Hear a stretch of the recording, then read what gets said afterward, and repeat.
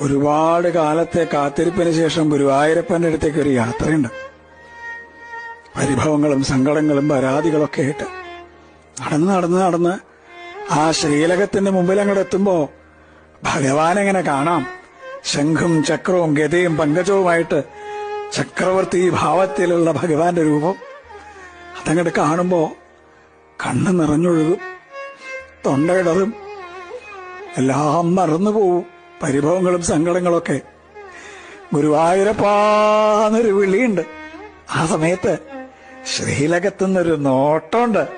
കാരുണ്യത്തിന്റെ കടലായ കണ്ണന്റെ നോട്ടം.